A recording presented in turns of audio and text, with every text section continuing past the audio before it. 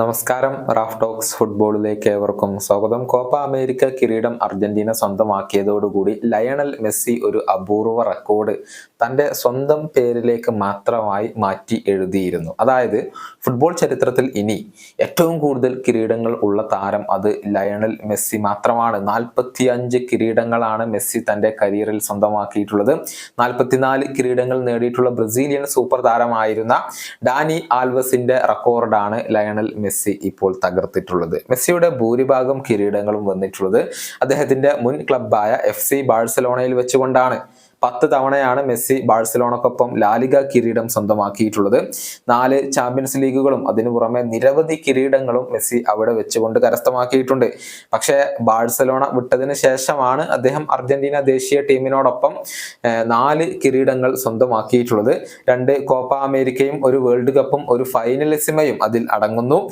അതിനു മുൻപ് നേരത്തെ അർജന്റീനയോടൊപ്പം അണ്ടർ 20 വേൾഡ് കപ്പും അതുപോലെ തന്നെ ഒളിമ്പിക് ഗോൾഡ് മെഡലും ലയണൽ മെസ്സി സ്വന്തമാക്കിയിരുന്നു.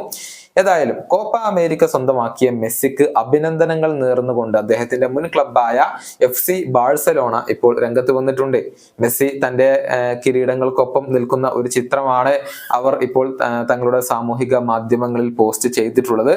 ഗോട്ടിന് അഥവാ ഫുട്ബോൾ ചരിത്രത്തിലെ എക്കാലത്തെയും മികച്ച താരത്തിന് ഒരു കിരീടം കൂടി എന്നാണ് ബാഴ്സലോണ അതിന്റെ ക്യാപ്ഷൻ ആയിക്കൊണ്ട് നൽകിയിട്ടുള്ളത്. കൂടാതെ ലയണൽ മെസ്സിക്ക് ഇവർ അഭിനന്ദനങ്ങൾ നേരുകയും ചെയ്തിട്ടുണ്ട് എന്നുള്ളതാണ്. വരുന്ന വേൾഡ് കപ്പ് കൂടി ലയണൽ മെസ്സി കളിക്കും എന്നുള്ള ഒരു പ്രതീക്ഷയിലാണ് ഇപ്പോൾ ഫുട്ബോൾ ആരാധകർ ഉള്ളത്. അതുവരെ അദ്ദേഹം അമേരിക്കയിൽ അഥവാ ഇന്റർ മയാമിയിൽ തന്നെ തുടർന്നേക്കും. ഇനി മറ്റൊരു ക്ലബിലേക്ക് പോകാൻ താൻ ഉദ്ദേശിക്കുന്നില്ല എന്ന് നേരത്തെ ലയണൽ മെസ്സി ഒരു അഭിമുഖത്തിൽ വ്യക്തമാക്കിയിരുന്നു. 2026 വേൾഡ് കപ്പിന് ശേഷം വിരമിക്കാനായിരിക്കും ലയണൽ മെസ്സിയുടെ പദ്ധതികൾ എന്നാണ് ഇപ്പോൾ പൊതുവെയുള്ള ഒരു വിലയിരുത്തലുകളായിക്കൊണ്ട് പുറത്തേക്ക് വരുന്നത്. ഈ വീഡിയോ അവസാനിപ്പിക്കുന്നു. വീണ്ടും കാണാം.